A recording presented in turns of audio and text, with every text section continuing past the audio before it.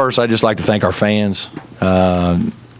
Really special to come out to Little John today and see 10,000 folks. Appreciate them getting up early, going to church early, and spending the day with us. I told our players before the game when I got here at 9:30 that there was a line all the way out to the street, and I had goosebumps on my neck because I was excited to see that kind of support for our program. It means a lot. And I told our players before the game I thought it was a great way of our fans to thank us for what we've been doing here down the stretch. I think they appreciate how hard our team has played, how much we've improved, and they wanted to come out and show us that we've had a couple controversial losses here down the stretch, and they wanted to thank us for our hard work, and the best way for us to thank them was to give them a good performance today. So thought we did that. Congratulate Illinois, John's guys. I mean, they just fight. Much like us, I think we're very similar teams. Both defend, both don't quit, both just keep battling back. And we had them a couple times where the crowd was into the game and we got them on their back, and they just get up and make a play. Whether it's Iki making a three or Rice getting to the rim, or that's a tough-minded, hard-fought group to play against. That was a really good win for our guys. Questions? That last inbounds pass, how much was the Pitt game in your mind when you were talking to your team? A little bit, certainly. And we're trying to get it in first if we could. But, the one thing is we don't have, as athletic as KJ is and as athletic as Rod is, they're not great cutters. They're actually strong guys. KJ's a jumper more than he is a runner, so it is hard for us sometimes to get open, even in practice. The real play was, they were fouling Noko on trying to catch the ball. He couldn't even get to the ball. For Rod Hall to recognize that and to tip the ball back and save it, phenomenal play. Just the heads-up play that, guys just make because they're basketball players, and certainly Rod made a great play out of a difficult situation. A great play for him on the game-winning layup. Yeah, we really played well in the last 3 or 4 plays of the game.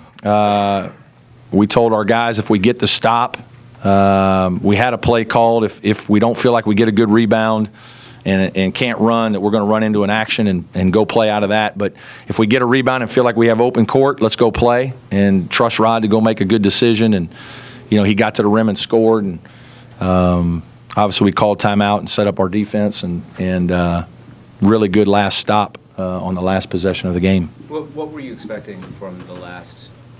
Illinois had 2 possessions under a minute to go for a possible game. Either drive to the basket by one of their big, strong guards. We thought about fouling. We had 5 fouls. We had a foul to give.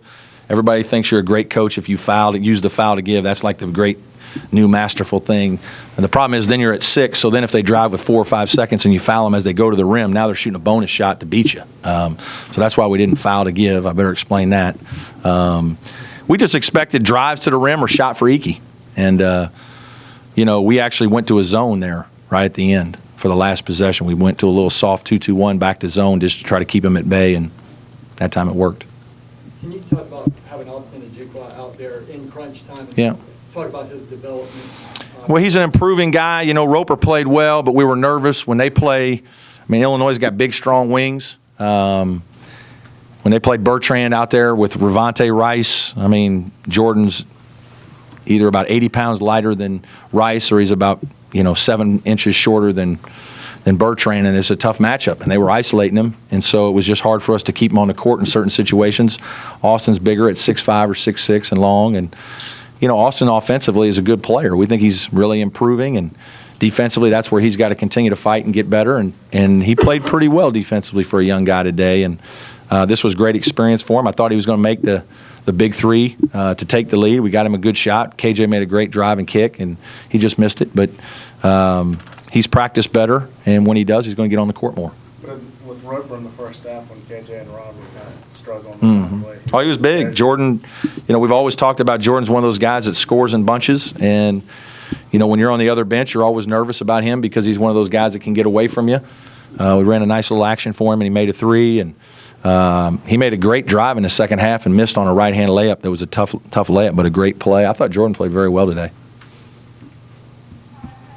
Seemed like in the second half they kind of pressed the zone up a little bit. You guys started attacking the baseline. The chess match there between you and Coach Gross on both ends. How fun was that for you today? It was good. It was, I mean, most of it was fun. Now it's fun. It wasn't as fun at the time when we were struggling and they were making a run back at us. They went to some zone. I thought our man was getting inside them a little bit at times, and they tried to keep us off balance. We actually attacked the zone very well in the first half.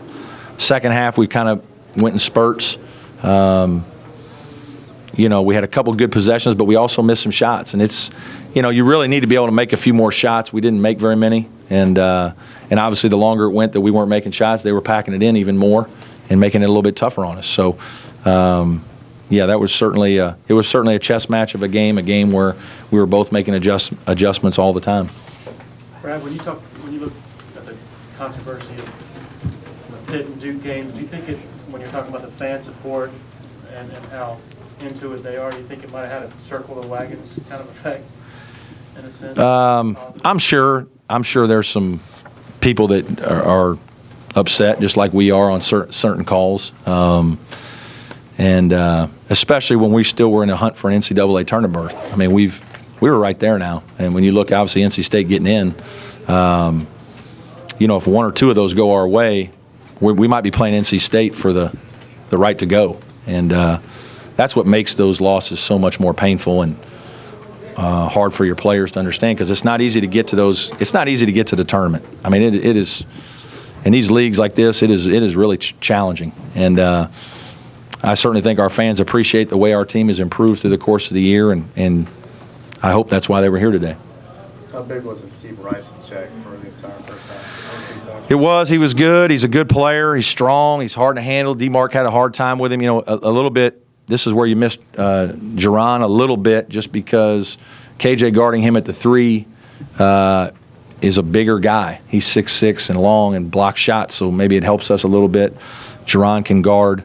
Ike a little bit at the 4. So a little bit not having Jerron hurt us a little bit defensively that way in terms of being able to do some different things, but it also opened up a little extra time for some other guards. So it's kind of 6 of one, half a dozen of the other. With the game coming up Tuesday, is tomorrow going to be a situation where you just kind of learn what you can about Belmont and get as fresh legs as you possibly can? Yeah, I mean, the coaches will obviously spend all day today figuring out a plan with Belmont. Unbelievably talented team that is really well coached. Not as athletically as gifted as teams at our level in some ways, but more skilled. They'll have 5 guys that can shoot, and obviously they've gone to North Carolina and won this year. They won their league. I'm very familiar with Coach Bird, having played against them, a couple times at the mid-major level, and you just really have to play really well because their execution is extremely high. In terms of mid-major teams, I mean, that program's been established for some time. Yeah, he's done an unbelievable job. And, I mean, mid-major is just in name. I mean, you look at the way the NCAA tournament is with some of the teams, and the talent level isn't much different. There might be 1 or 2 guys that are physically bigger, but usually the skill level is with the mid-major team. And, Belmont will be more skilled than we will. So we'll have to figure out ways to defend their skill and try to use our athleticism to our advantage. They've got kind of an inside presence. First off, any chance for Jerron Tuesday? No, I don't think so. I mean, do you have to craft a plan in case you can't go small ball quite as much as today? I don't know enough about Belmont to figure out exactly how we'll play, but I'm assuming that, they're probably smaller in stature, so we'll probably play smaller most of the time, I would think, just because of that, to guard their shooters. Couple more questions. Or none. Thank you, Brad. Okay. Or none. I like that. Or none.